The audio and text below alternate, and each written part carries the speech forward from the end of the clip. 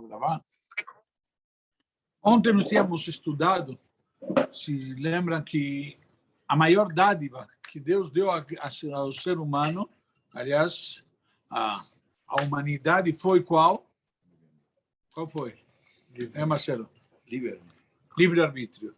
Exato. Por quê? Justamente por causa do livre-arbítrio que a gente pode merecer uma recompensa. Você não é recompensado, você não merece nenhum parabéns por fazer algo que você não tem opção. E quando você tem opção e você faz a escolha certa, aí você merece um parabéns, merece uma recompensa. Eu não vou te recompensar porque você foi obrigado, coagido, como vimos ontem. Inclusive, nós explicamos que isso na prática não somente a maior dádiva, é a maior possibilidade que Hashem dá para o homem de que se assemelhar a ele. Por quê? Porque aí temos a possibilidade de fazer o bem. O bem não existe por si só, o bem deve ser feito. Certo? Nós comentamos isso em detalhe ontem. Agora o Mauro que está chegando, então... Vamos começar tudo. Vamos começar. Só grande. Então vamos lá. Vamos continuar. Estamos na página 66. Já vão perguntar que página está, então. Conforme Mauro lembrou ontem, o texto foi enviado, foi postado no dia 2 de março. Então, como dizemos... Então, eu falei que iam perguntar que página está. Marcos, você está ligadão. Está bem ligado. Opa. Página 66. E uma depois da 65. Pensei que era antes da 67. Como dizemos, um dos princípios objetivos do homem é, portanto, procurar assemelhar-se a Deus. O homem tenta e almeja se assemelhar a Hashem. Fazemos isto porque praticamos uma boa ação, imitando a própria criação divina do bem. Todavia, a maneira mais direta para alcançarmos isto depende do modo como agimos em relação a nossos semelhantes. O propósito de Deus na criação poderia ter sido cumprido com a criação de uma única criatura que aceitasse o seu bem. Uma criatura assim, contudo, nunca poderia assemelhar-se verdadeiramente a Deus. Deus é um doador de bem. E se houvesse apenas uma criatura a quem ela faria o bem? Ou seja, se você não tem outra pessoa, para que você vai fazer o bem? Tem um comentário, inclusive, que diz, nossos sábios, dizem, mais faz o pobre pelo rico do que o rico pelo pobre. Por quê? Porque, exatamente. Se não fosse o pobre, onde o rico se transformava em nobre.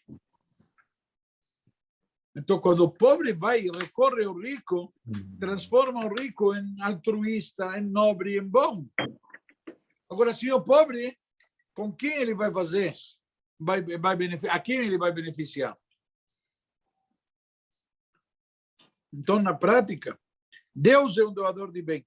E se houvesse apenas uma criatura a quem ele faria o bem, certamente não a Deus. Por quê? Porque Deus não tem necessidades. É por esta razão que Deus criou o mundo como uma arena para toda a espécie humana, onde, na prática, a gente deveria fazer o bem, mas como é uma arena, então nos matamos uns aos outros. O tempo inteiro. Quando Deus criou o homem, Adão era um só. Só que estava enjoado, não tinha com quem bater papo, não tinha de quem falar mal. Não... Que graça tinha, certo? Vai falar mal de quem e para quem? É? E sozinho? Então, na prática, Deus então diz, não é bom que o homem esteja só, muito enjoado. Eu lhe farei um auxiliar semelhante a ele. E aí começaram os Enquanto estava sozinho, o homem não podia ser realmente bom. Pois ser bom é imitar a Deus, o doador do bem. Um homem sozinho não teria ninguém a quem fazer o bem e, por conseguinte, não poderia ser chamado de bom. É a isto que se referia a Deus quando disse: não é bom que o homem esteja só, porque ele não atinge sua plenitude, não consegue se superar. Quando você se supera, quando você melhora, quando você evolui, quando você literalmente se aprimora, quando há realmente, de fato, algo que você se transformou em alguém melhor. A pessoa tem que evoluir. Qual é a evolução do ser humano? Não é acumulação de bens materiais, etc. Quanto ele vai crescendo, literalmente, no conceito espiritual. Deus então criou a mulher como contrapartida do homem. Acho que talvez oposto, mas que contrapartida. Mas, enfim, o relacionamento entre o homem e a mulher seria muito semelhante ao de Deus com o mundo. Por este motivo, sempre nos referimos a Deus no gênero masculino, já que ele é a força criadora ativa do mundo. Sim, mas a mulher é que manda em casa. Ela é a força criativa de casa. Você é muito novo para entender. Já vai entender. E quando falo de mulher, ele pensa na mãe. Mãe é algo diferente. Mãe não é mulher. Mãe é mãe. Mas você pode pensar na tua irmã e vai entender. Concorda? Está vendo? Força É só colocar na proporção certa. Então vamos lá. Pessoal, se puderem apagar os microfones, seria muito bom. Não gostaria de eu fazer aqui. Deus é o modelo de tudo o que é masculino e a sua criação de tudo o que é feminino. A mulher, portanto, foi criada a partir do homem, assim como o mundo originou-se de Deus. Interessante, inclusive, que quando a gente fala isso, quem é mais elevado, o homem ou a mulher? Porque ela veio do homem. Então, desculpa, quem é maior, a matriz ou a filial? Por que estou olhando assim? Está me encarando? Está me encarando? Você colocou em cima A matriz? Tá, mas a mulher zero para a vida, o homem zero. O que tem a ver com o bugalho? Isso é um aspecto. É que o homem veio do mineral e a mulher veio do ser humano. Por isso que a mulher é maior. Porque a origem da mulher já é um ser vivo. Ok? O homem pode tornar-se sócio de Deus com a procriação de filhos. Da mesma forma que Deus é um criador, também o homem se torna um criador de vida. Assim, nossos sábios nos ensinam que existem 3 sócios na criação de um filho: pai, mãe e Hashem, Deus. O ato sexual é o meio pelo qual o homem demonstra este aspecto de sua associação com Deus. Porque se Deus não participa, não vai procriar. E esta é uma das razões pelas quais sua perversão é considerada um dos piores pecados. Por quê? Porque ele está deturpando justamente o quê? associação. Aquele ponto onde ele se associa com Hashem. Aquele lado divino dele, de gerar uma vida, ele virou aquele animal promíscuo. Pior ainda. Espiritualmente, o bem que o homem faz também beneficia todos os outros seres humanos. Por conseguinte, ao fazer o bem, uma pessoa está pelo menos indiretamente beneficiando seu semelhante. Mesmo no caso de leis rituais que não o fazem de modo direto. Seja qual for, que não é diretamente também. De acordo com nossos sábios, portanto, cada judeu moralmente responsável por todos os outros. Como a gente diz, estamos na parábola, a gente está como se fôssemos num bar. Você não pode dizer, entro no meu camarote e faço o que eu quero. Se eu quiser fazer um furo no piso do meu quarto, do meu camarote, eu faço. Se for quarto interno e no terceiro andar, pode ser. Agora, aquele que está lá embaixo, ok? O autor de Shit Chokhmah explica no livro de Kabbalah que todas as almas estão como que unidas por uma corda e que o movimento de uma delas se reflete em todas as outras. Sabe quando você tem uma corrente, então mexendo numa, mexem todas juntas. E a isto que se refere a Torá quando diz: um homem peca e a ira é dirigida contra toda a comunidade. Porque o que você faz afeta todo mundo. Você não é um eremita que está isolado e acabou. É usado justamente do mesmo jeito que a gente foi criado para fazer o bem aos outros. Ninguém pode dizer, quando eu faço mal a mim mesmo. Não. E isso atenta contra todo o conceito de para que Deus criou o ser humano. Para que Deus te criou? Para que você veio ao mundo? Eu não sei para quê. Mas Deus tinha um plano. Mandou tua Neshama aqui embaixo com um objetivo. Tua Neshama veio a este mundo com um objetivo. E algo que só você poderia fazer, porque senão mandava outro.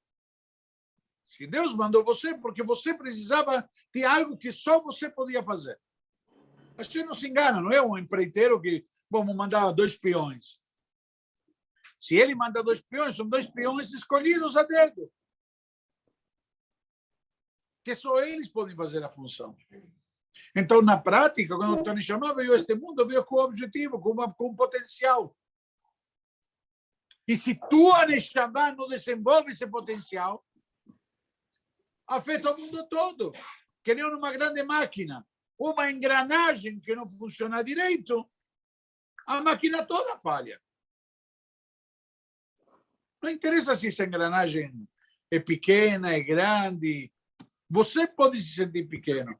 Você pode achar que você tem uma falsa humildade, que você é insignificante. Mas vamos olhar na perspectiva certa. Se a gente escolheu, porque você não é insignificante. Ok? A pessoa tem que saber o seu valor. Isso não é vaidade e orgulho. Nós aprendemos isso na Torá. Quando Moshe é confrontado por Korah, Moshe sabe quem ele é. E Moshe se posiciona. Isso não é orgulho e vaidade, não é soberba. Só que ele sabe que não por isso ele é melhor nem maior do que ninguém. Ele tem uma missão diferente. Uma responsabilidade. E onde vemos a grandeza da humildade de Moshe, mesmo que não nasceu em Buenos Aires, sim. Onde vemos a grandeza e a humildade de Moshe? A Guimarães nos conta que Moshe viu Rabi Akiva escrevendo Tilei, Tilim, aprendendo Tilei, Tilim, Shelachot, milhares e milhares de leis das coroinhas das letras. Naquela hora, Moshe Rabbeinu perguntou para Deus por que não entrega a Torá através de Rabi Akiva. Ou seja, ele era Moshe, o homem que falou com Deus, mas ele achou que até Rabi Akiva era maior do que ele. Não sei se dá para entender. Não estava se achando. Ele reconheceu que cada um tem um valor e tem um mérito independente. Mas na hora do vamos ver, quando confrontado, espera aí, eu sou Moshe. Já tem que saber se posicionar. Se dar respeito à sua função e à sua missão. Então, a mesma coisa aqui. Ok? Então, o homem tem uma responsabilidade contra toda a comunidade. Por quê? Porque ele foi criado, isso que é onde eu queria chegar, com todo esse comentário. A gente foi criado com Deus com uma finalidade. Na hora que você não desenvolve, não desempenha ao máximo o teu potencial, o que acontece? A máquina toda vai sofrer. Essa máquina é chamada mundo. Está claro? O Midrash nos dá uma excelente ilustração disto. Algumas pessoas estão sentadas em um pequeno barco. De repente, o homem começa a fazer um buraco embaixo de seu assento. Quando os outros reclamam, ele responde: do que vocês estão reclamando? Afinal de contas, estou fazendo um buraco embaixo do meu próprio assento. Que é o exemplo que falamos antes. Por fim, alguém sensato lhe responde: estamos todos no mesmo barco. O buraco pode estar embaixo do seu assento, mas a água que entra fará o barco afundar com todos nós. Agora, se está no terceiro andar, não é tão grave.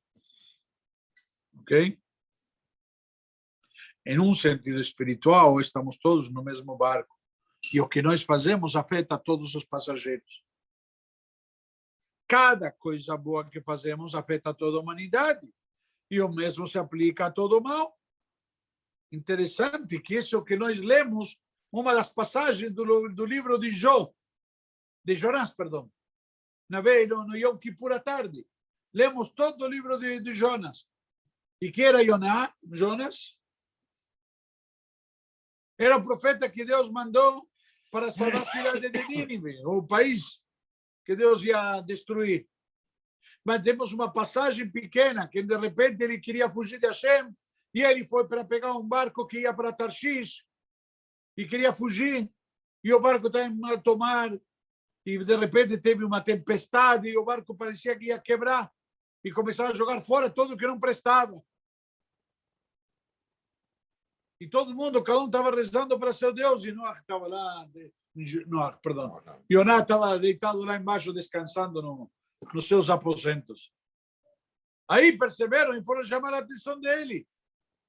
O que ele fez? Não se preocupe, eu sei que por minha causa. Ah, por tua causa?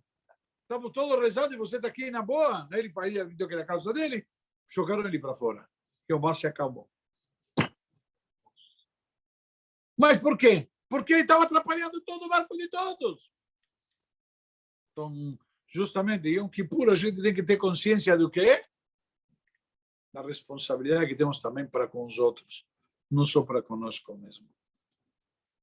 Uma lição interessante. Cada boa ação que praticamos, nós imitamos a Deus na medida em que acabamos por trazer o bem para toda a humanidade.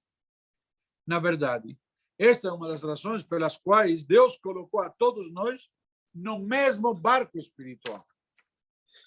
Evidentemente, fazemos isto de forma mais direta quando praticamos o bem para com o nosso semelhante. Este é o modelo de todo o bem. Não há melhor maneira de imitar Deus do que fazendo o bem para os outros. No capítulo anterior, mencionamos uma passagem do Talmud segundo a qual nos unimos a Deus quando imitamos seus atos. Mas através de que atitudes imitamos a Deus segundo o Talmud? Leia com atenção estas palavras. Assim como Deus veste os nus, tu também o farás. Assim como Deus visita os doentes, tu também o farás. Assim como Deus consola os aflitos, tu também o farás. Ou seja, faça tzedakah prática, vestindo os nus. Faça tzedakah emocional, visitando o doente, confortando ele. Faça a tzedakah também, apoiando o aflito, o necessitado, com apoio, solidariedade. Em outra passagem, o Talmud diz que também devemos imitar Deus em sua misericórdia e compaixão. Falamos isso ontem. A lição é a mesma. Nós nos assemelhamos a Deus, sobretudo no relacionamento que mantemos com nossos semelhantes. O melhor exemplo deste contexto é dado pela famosa história de Hillel. O Talmud nos conta que um nosso judeu certa vez procurou Hillel e disse: eu desejo me converter ao judaísmo, mas somente se você me ensinar toda a Torá, enquanto eu me equilibro em apenas um pé. Famosa passagem do Tratado de Shabbat. E ele respondeu: aquilo que é odioso para você, não faça ao seu semelhante. Este é o cerne do judaísmo. O resto é apenas comentário. Muitos comentaristas consideram esta história bastante espantosa. Os preceitos que tratam do relacionamento com nosso semelhante são certamente muito importantes. Mas existem também muitos outros preceitos importantes que parecem não ter absolutamente nada a ver com outras pessoas. Acendimento da menorá e assim por diante. Como é possível que Hillel os tenha desprezado como um mero comentário? Mero comentário. Uma displicência, aparentemente. O que ele estava nos ensinando, porém, é que a principal razão para todos os mandamentos é a imitação de Deus. E que ela é exemplificada pelo relacionamento que mantemos com nossos semelhantes, os seres humanos. Devemos lidar com nossos semelhantes da mesma forma que Deus lida conosco. Ao fazê-lo, cumprimos o seu propósito na criação. Esta imitação de Deus é o objetivo último de todos os preceitos.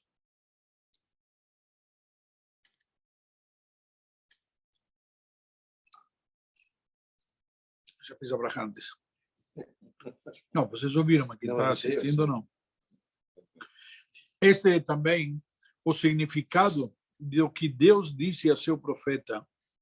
Ele julgou a causa do pobre e do necessitado, e foi bem. Isto não é me conhecer. Isto não é me conhecer. Como vimos anteriormente, só podemos conhecer Deus quando nos aproximamos dele ao imitá-lo. Deus está nos dizendo que a melhor maneira de conhecê-lo é imitá-lo, fazendo o bem aos outros. Há um mandamento na Torá que diz: amarás o teu próximo como a ti mesmo. Um de nossos líderes mais ilustres, Rabi Akiva, afirmou: este mandamento é o cerne da Torá. Rabi Akiva está nos ensinando a mesma lição de Hillel. Nós imitamos o amor de Deus pelo mundo através do nosso amor ao semelhante. Desta forma, nós nos aproximamos de Deus e cumprimos o seu propósito na criação. Em um sentido mais profundo, o próprio conceito de amor é o modelo da proximidade espiritual. Quando existe uma ligação de amor entre duas pessoas, elas estão próximas, embora possam estar separadas por longas distâncias. Por outro lado, pessoas que se odeiam estão muito afastadas, mesmo quando estão sentadas lado a lado. O amor e o ódio existem em uma dimensão espiritual e não física. O amor entre duas pessoas implica harmonia e complementaridade entre elas. É esta harmonia que as une, independentemente da distância física. Ao obedecermos os mandamentos de Deus, tentamos estabelecer uma harmonia e uma proximidade semelhante entre nós e Deus. Amarás o teu próximo como a ti mesmo é realmente, portanto, a lei principal da Torá. Ela não só nos leva a uma aproximação de Deus, como também nos ensina o significado desta proximidade. Vamos a fazer o bem, ter um propósito e atingir esse propósito. Seguindo uma linha de raciocínio similar, podemos entender o que nossos sábios querem dizer quando nos ensinam. Aquele que nega o ato de bondade é como alguém que nega o princípio mais fundamental, o próprio Deus. Deus é o doador supremo de generosidade, e aquele que repudia tais atos se coloca no extremo oposto a Deus. Deus é o agente supremo do bem, e esse homem nega o ato de bondade. Então ele simplesmente está oposto a Hashem. Diz, portanto, que ele é como alguém que se separa de Deus. Se é possível se separar de Deus, porque Deus está em todo lugar. Deus é a fonte de toda a vida. E assim, quanto mais alguém se assemelha a Deus, mais ele participa da vida. Disse daquele que se une a Deus que ele está verdadeiramente vivo. Beatem advekim b'Hashem Elokechem, chaim kolchem hayom, diz o versículo. Certo? Vós que vos unistes a Deus, estáis todos vivos hoje. Aquele que se separa de Deus, por outro lado, é considerado morto, não tem vida. Que vida tem longe de Deus? Este é o significado das palavras do sábio Salomão, o rei Salomão, no livro de Provérbios. Aquele que odeia presentes viverá. O que significa? Só nem matar notícia. Pois Deus é sempre doador, nunca receptor. Quando alguém recusa tornar-se receptor, ele se assemelha a Deus nesse aspecto. Ele não é receptor. E é, portanto, considerado vivo. Quanto mais uma pessoa dá, mais ela se parece com Deus neste aspecto. Assim, lemos que a caridade salva da morte. Quando alguém dá, ele se assemelha a seu Criador, a fonte de toda a vida. Por isso, quando você dá, ele está te salvando da morte. Porque você está se unindo à fonte da vida, a Hashem. Aquele que não se assemelha a Deus, por outro lado, é considerado morto. Por exemplo, nossos sábios ensinam que o homem pobre que vive de caridade é considerado entre os mortos. Por quê? Porque ele não dá, ele não tem vida que dar. Ele só recebe, entre aspas. Então, neste sentido, este homem está no extremo oposto a Deus, já que Deus é doador e este homem pobre apenas recebe, ou seja, receptor. O mesmo se aplica àqueles que não têm filhos, porque não tem para quem dar, que seria estéril. É o pior que tem, alguém que não tem filhos. De forma semelhante, nossos sábios nos ensinam. Os perversos são chamados de mortos mesmo durante a vida. E tem os tzadikim que são chamados de vivos mesmo depois da morte. Por isso que, inclusive, se diz o cemitério, uma das razões pela qual é chamado de... Não chama Beit HaChaim, se chama Beit HaMetim, Casa dos Mortos. Beit HaChaim, a Casa dos Vivos. Porque lá estão vivos verdadeiramente. Porque a vida física é um estágio, uma temporada. Para alguns mais comprida, para outros menos. Para alguns num spa 5 estrelas e para outros no Airbnb aí. Por serem perversos, estão completamente separados de Deus, a fonte de toda a vida. Eles são, portanto, considerados mortos. Mesmo enquanto ainda caminham e respiram, eles podem viver em um sentido físico, mas em um sentido espiritual, não mais se encontram entre os vivos. Alguma dúvida, alguma pergunta? Aí fala que os menos favorecidos não são seres vivos, porque não tem como doar. Mas se o cara não tem a situação dele é essa, como é que ele pode doar outras coisas, não só receber. Ele vai acabar doando atitudes e não só recebendo. Então ele não é todo mundo, ele é vivo também. Ele dá outras coisas. Perdão, nós vimos que dar é atitude. Consolar o aflito, ser solidário com o aflito, visitar o doente. Ninguém falou de dinheiro. Dinheiro, dar roupa. Calma. Dar roupa ao nu. Então eu posso pegar agora no meu armário de um monte de camisas que não uso mais, certo? Porque passaram de moda, elas cabem em mim. Não pensa que... Então, muita umidade, encolheu. Então, na prática, eu dou para alguém. Eu não preciso de, não gastei um centavo. Todos os exemplos que vimos, não precisa de dinheiro. Não é dinheiro. É justamente atitude. Atitude que te define. Como você encara, como você se posiciona. Eu sou doador ou não? E doador, interessante, o Talmud não estabelece, a nossa Torá não estabelece valor. Quanto você tem que dar? 10%. Quanto você ganhou? É 10%. Igual para o rico como para o pobre. Para o trilhardário como para o schlepper. Os dois dão 10%. Exatamente igual. Ao contrário, o teste para dar para o trilhardário é muito maior. Porque 10% daquela quantia, bem, será no vídeo de buzina. Para que vou dar 180 se dando 18 o Rabino já me bajula? Porque eu vou dar 800 e por 180 todo mundo já bate na minha dá um tapinha nas minhas costas. Mas talvez ele não deu 10%. Talvez não deu 1%. Agora tem um cidadão que deu uns R$180, não 180 mil. Só que os R$180 dele são 10%.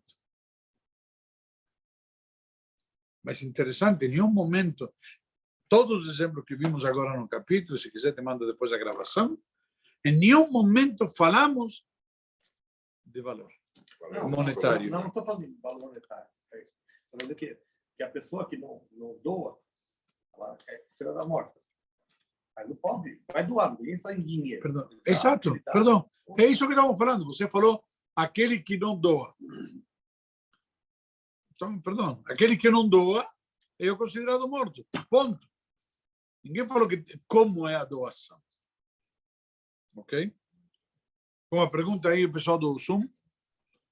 O que você falou do pobre? O pobre, porque ele não dá... Não, pobre, na verdade, o verdadeiro pobre é aquele que não dá nada. Entendeu? Mas Agora, ele dá a chance do rico, ele dá a chance do rico, ele dá a chance do rico. Ele dá a chance do rico poder doar. Eu não consigo te ouvir, está todo mundo falando aqui, não consigo te ouvir. Então tá bom, um abraço. Me liga depois, qualquer coisa, porque não consigo te ouvir, tá bom? Um bom dia. Bom dia.